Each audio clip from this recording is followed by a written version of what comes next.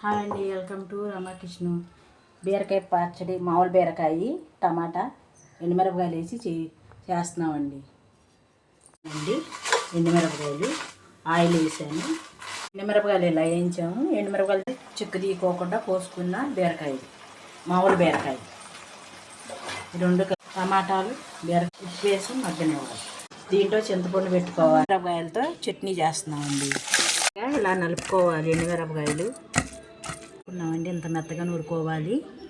టమాటాలను బీరకాయ వేసుకోవాలి. జీలకర్ర వేస్తున్నామండి. ఎల్లుల్లిపాయ జీలకర్ర నూరుకొని బీరకాయ టమాటా ఎండుమిరపకాయలు రెడీ అయిపోయిందండి. ఇంతే. మీకు నచ్చితే లైక్ చేయండి, షేర్ చేయండి.